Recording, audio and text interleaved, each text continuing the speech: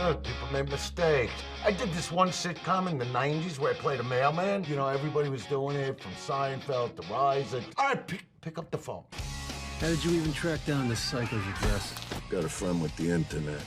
The new owner of the casino saw your act and he hated it. Disgusted is the word that he used. I hypnotized you. She assaulted my brain. She might have ruined other things. I love your work. It's always nice to meet a fan. You say she's a fan? Sounds like a fan. Don't say a word, don't say a word. Zip it. We promised to kill ourselves before we get old. I don't remember that. I'll admit, man to man, I might have sniffed your underwear. I don't want to hear how Never Been Kissed changed your life. Walk away. I was living in the biggest house in Beverly Hills. Next thing you know, I'm in the middle of the desert living next to Pete the plumber. It's not really the truth. Truth's like a gymnast, flexible. That's what I need. Sometimes I snap out too quick. That's why I get divorced all the time.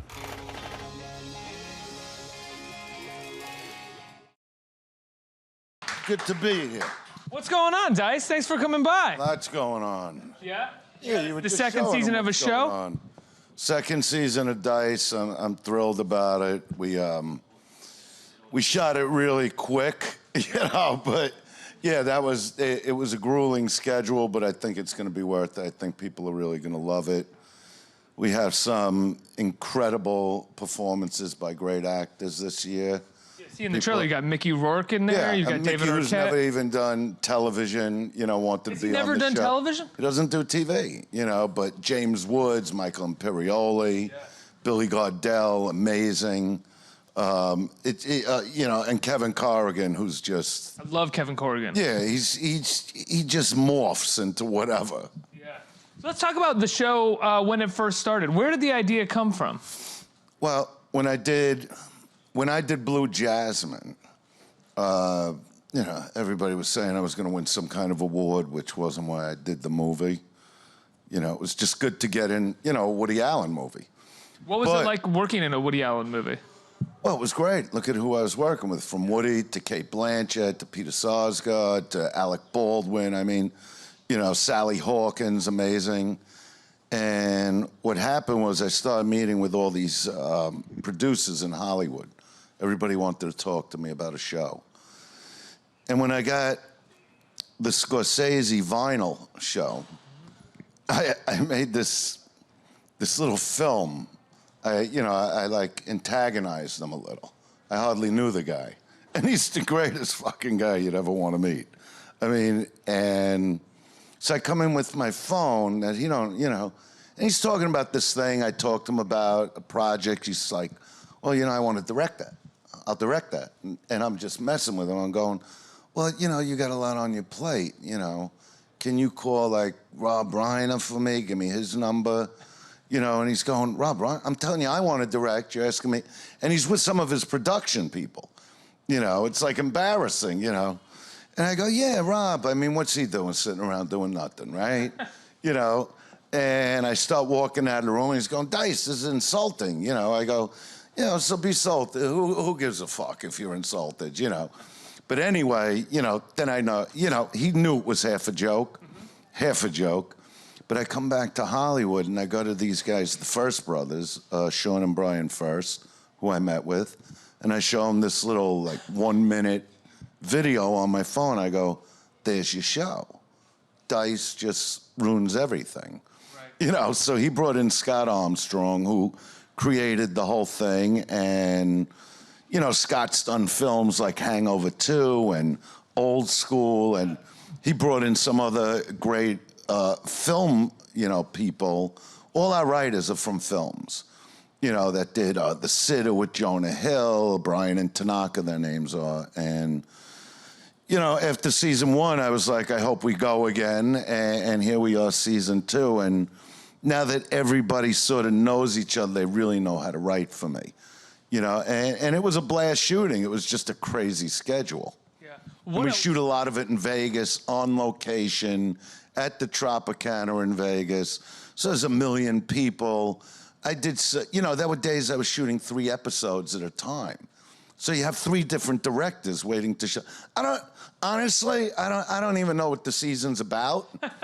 You know, I just don't even, like, I'll be as curious as you people to see what it's about, you know, and plus working with my own sons on film, it's like a surreal thing, and Your sons are in a band as well, but right? they just went up on iTunes the other night and Spotify with the album.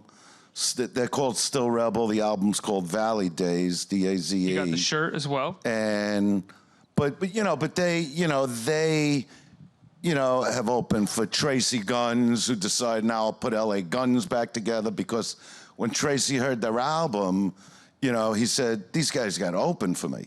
And now he put back together LA Guns, and then Sebastian Bach, and then they got Ozfest. Sharon Osbourne saw them on the Late Late Show. And I always told them, you got to believe in what you do, and they're telling me since they're 6 and 10 years old, I got 2 sons, we're bringing back the real rock, like the rock of the 70s, and they call the album like imperfectly perfect because they didn't use click tracks.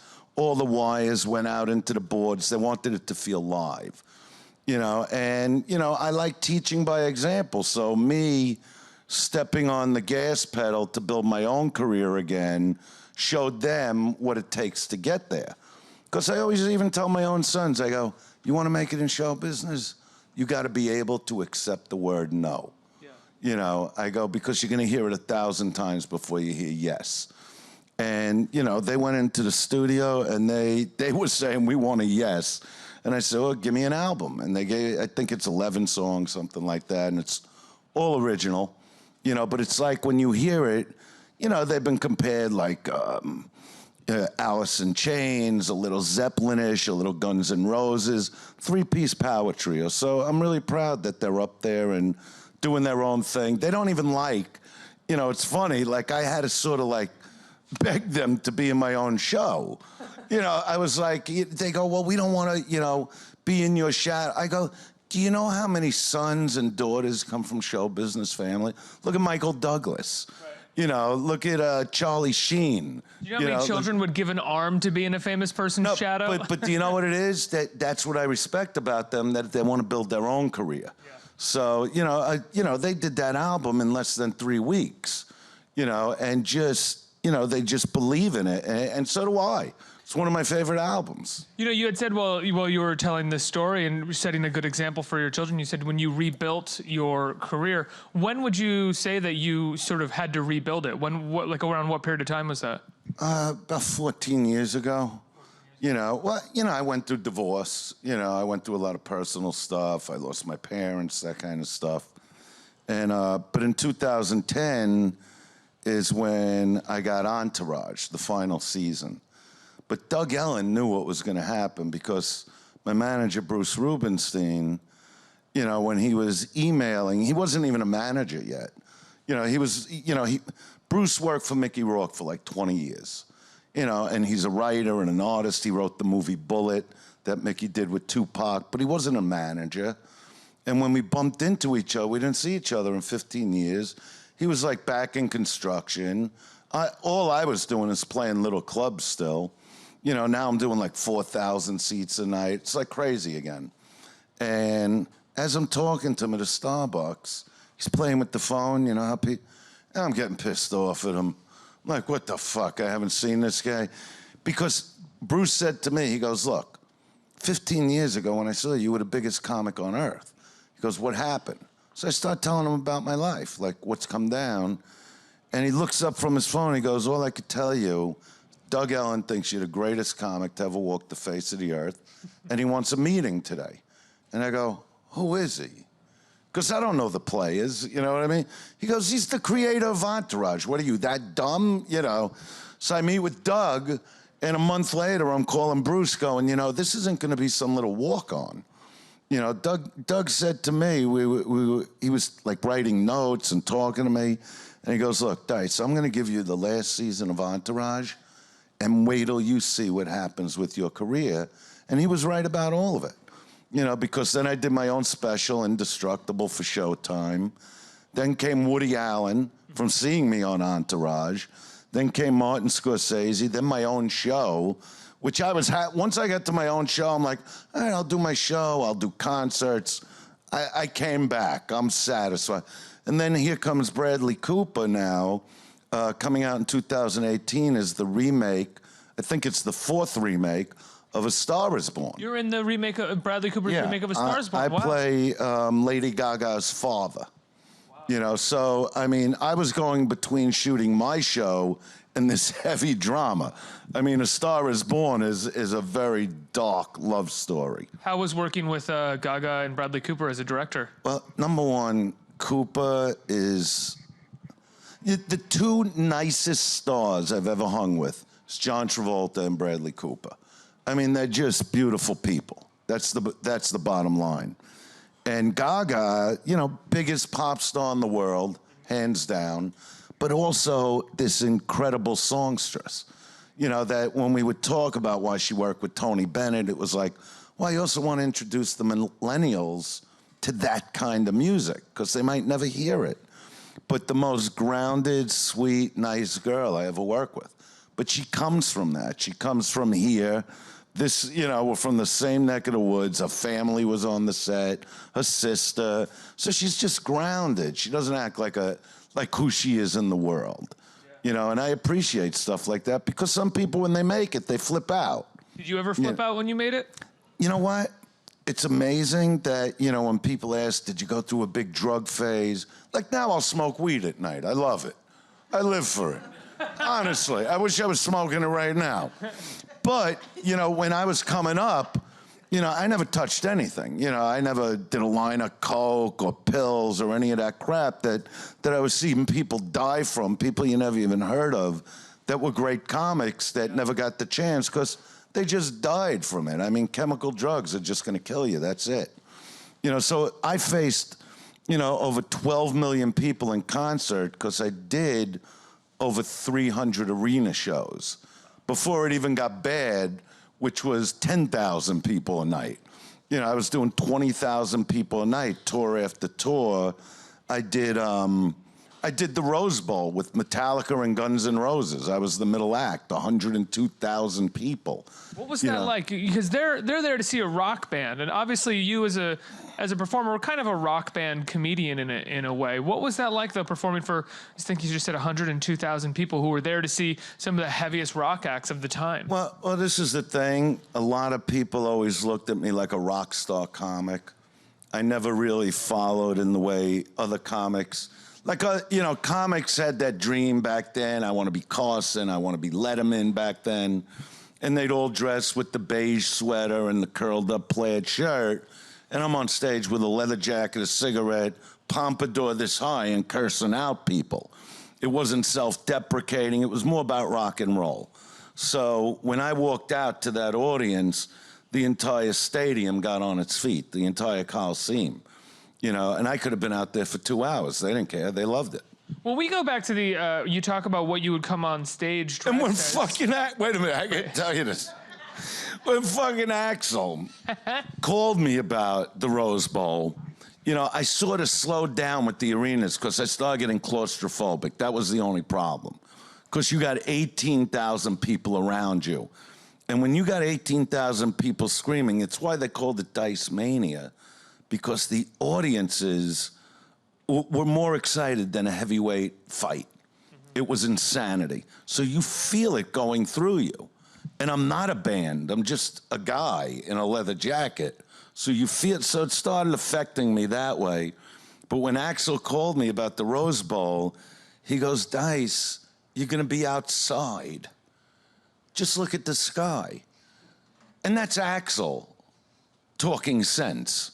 So I did the show, and it was insane. Did you look at the sky? Well, no. I actually looked at it. There were so many people, it's like you don't feel it. And they were just going nuts. I could have done 2 hours for that crowd. Now, one of the things about the show that I really like is that you've said for quite some time, you know, that people believe that the Diceman was actually you, and you would say, no, it's a character that I play on stage. But the show, you blur the line a little bit. You kind of talk about how there's a little bit of you that is that character, and a little. So ready for smoke?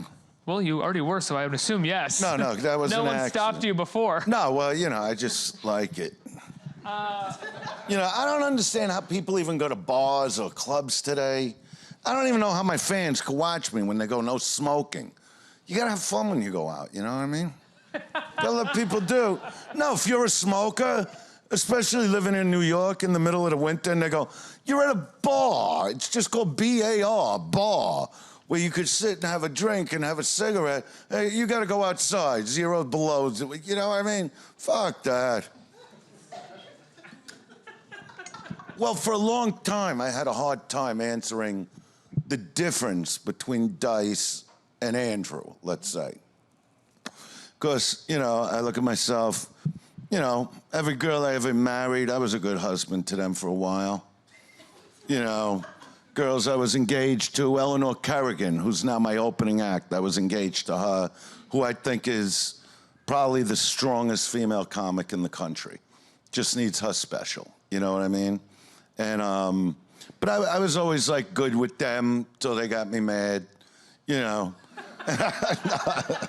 No, I got you. You know, I'm really into my boys. I believe, you know, if you have children in this world, like when I went through divorce, you know, which is a big deal thing, I had 2 boys that were, at that time, they were 7 and 10, you know, 7 and 11, actually. And I was like, if you're going to have them, bring them up, teach them.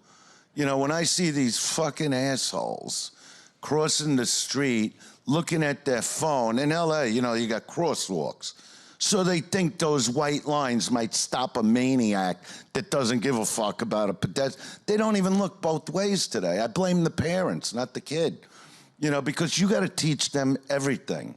You know, so if you have them, you got a responsibility and an obligation to teach them. So I don't care about a career. I don't care how many movies you get, how many TV.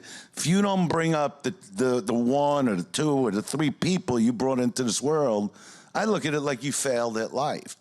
So that's Andrew.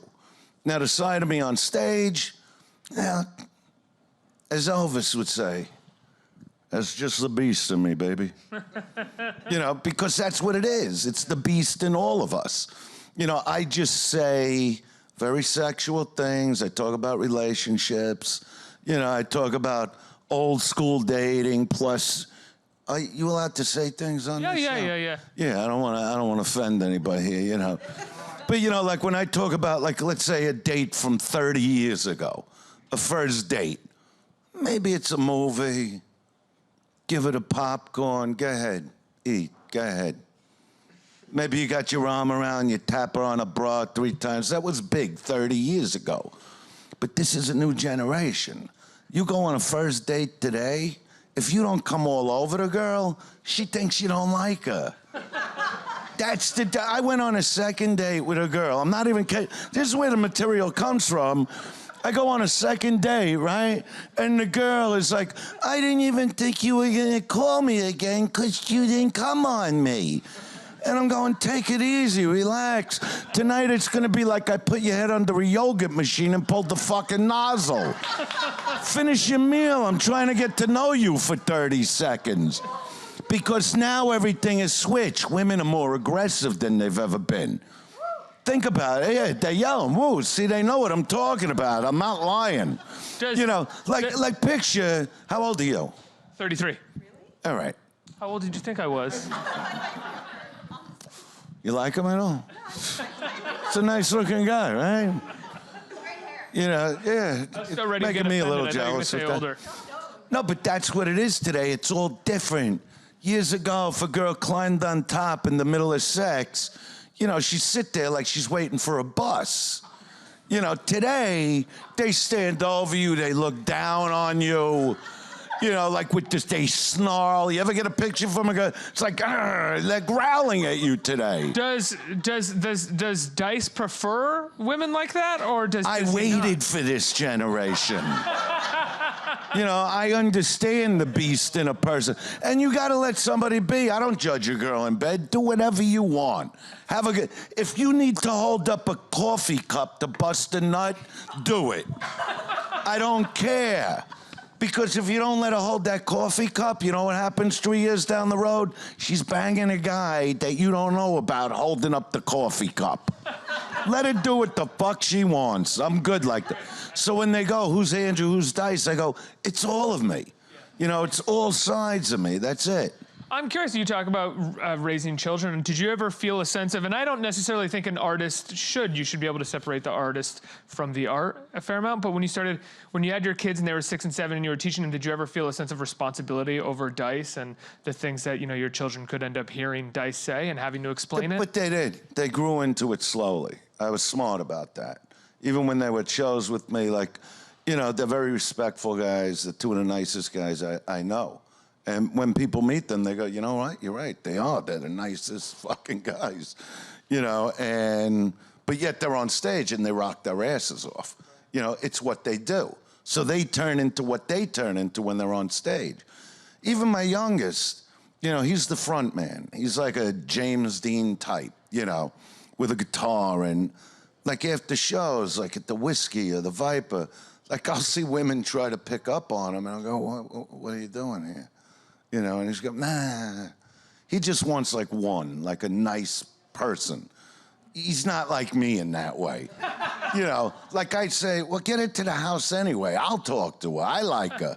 Yeah, just get her over there. Do something. Push her in the truck. Get her over.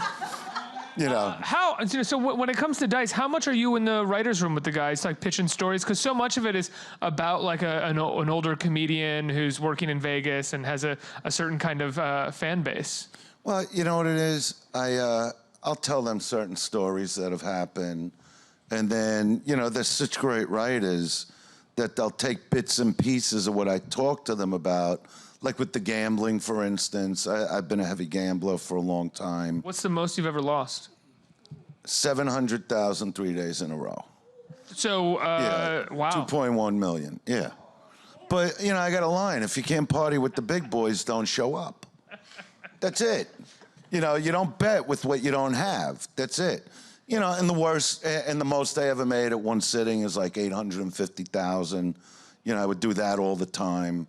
But any gambler that doesn't admit he loses is just lying. So, if you're going to gamble, bet with what you could afford to bet. Because when I lost that money, my father says, we'll book 2 shows. You'll get it back. Don't worry about it. Was that really what you were able to do at that time when you lost that much money? Yeah, I mean, the arena shows, depending on where you perform with unions and things, you could walk out of there with close to $1 million for one show. So, like I said, I did over 300 of those shows.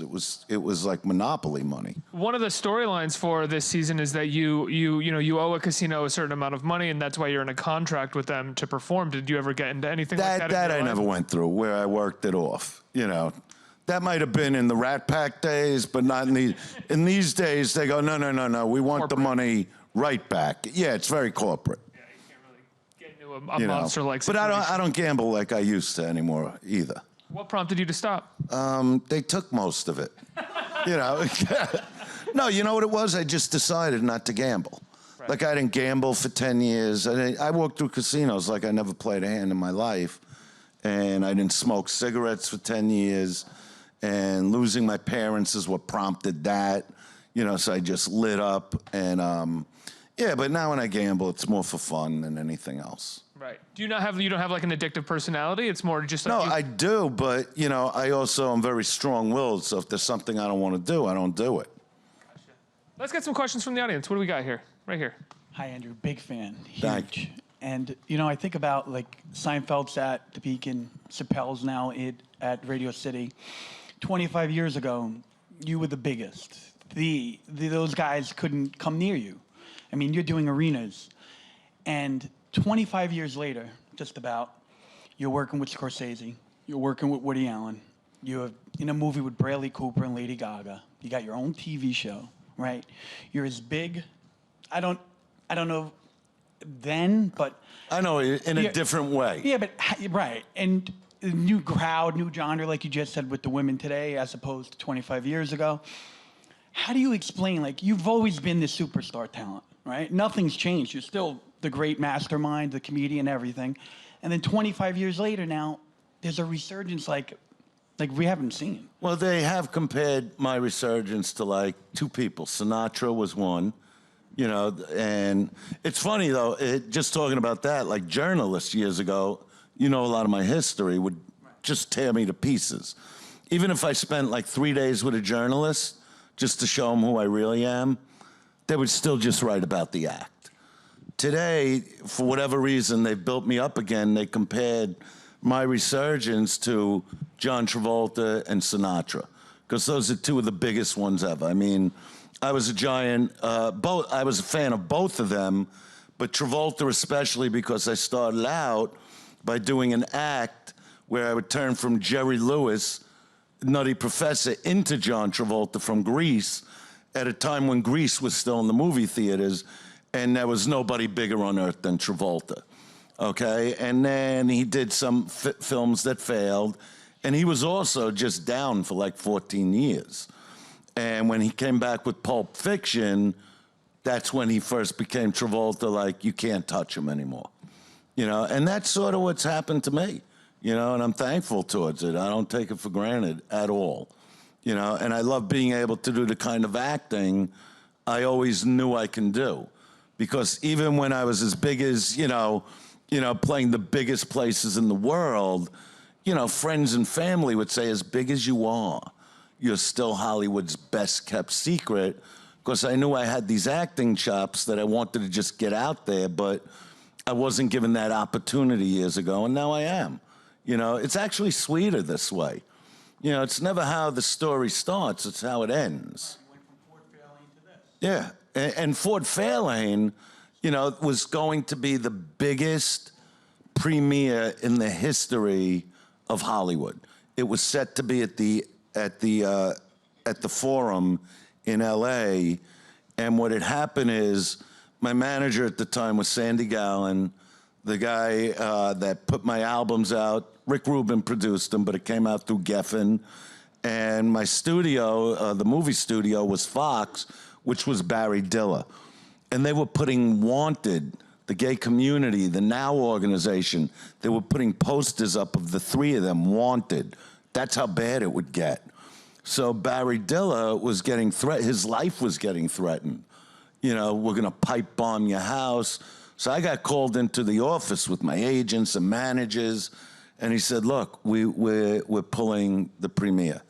You know, you have a great career, we're gonna pay you off on the other films, but I can't risk my life to put out a movie. And what they did, they put the movie out for a week. No fanfare, no nothing, and but what they did, then they aired it all over the world. Because Ford, people loved Ford Fairlane, and when it came out, remember how they had the VHS tapes? The month it came out, you know, where you rent it for $2, but if you keep it, it's $100. They sold 500,000 of them. People wanted the box. You know, so, you know, studio system's pretty smart. Do you have, when you talk about those scenarios with the LGBTQ community and sort of the response to your act at that time, obviously it was a completely different time, but do you ever have any regrets over some of the material that Not you at put all. out? It was all for fun. You know, when I moved to you know, I'm from Brooklyn. Mm-hmm. You know what I mean? So now I moved to Hollywood and I start doing this thing on stage. And, you know, it's funny, when I used to date a girl in Brooklyn, you know, I wouldn't think of, like, trying to make it with her on a first. I wouldn't think of making it with her for a few months. And then I moved to Hollywood, and they had a whole different set of rules out there. You could meet the most gorgeous girl and go, hey, let me take you for dinner. And they're like, well, where do you live? I'm like, what? You know, a couple, but well, why don't we just go hang out there? It was craziness. You know, and I'm 21 years old, like, so I went with it. You know, it was a lot of fun. But that's where the material started. You know, that's where lines like, treat me like the pig that I am would come from. You know, because I would want to be respectful, and they're like, I just want to pull my pants down for you. I'm like, I can't really argue. I didn't have that money for dinner anyway. You know, I didn't have that much. You know, so it was very different out there. And then, the gay community, you know, they were first coming out of the closet back then. I'm going, what a great subject on stage. And then I would talk about the bisexuals. I go, what do you flip a coin to decide in the morning? Heads I want hair pie, tails, balls across the nose. But it was all for fun. It was just, you know, it was observation. That's all it was to me.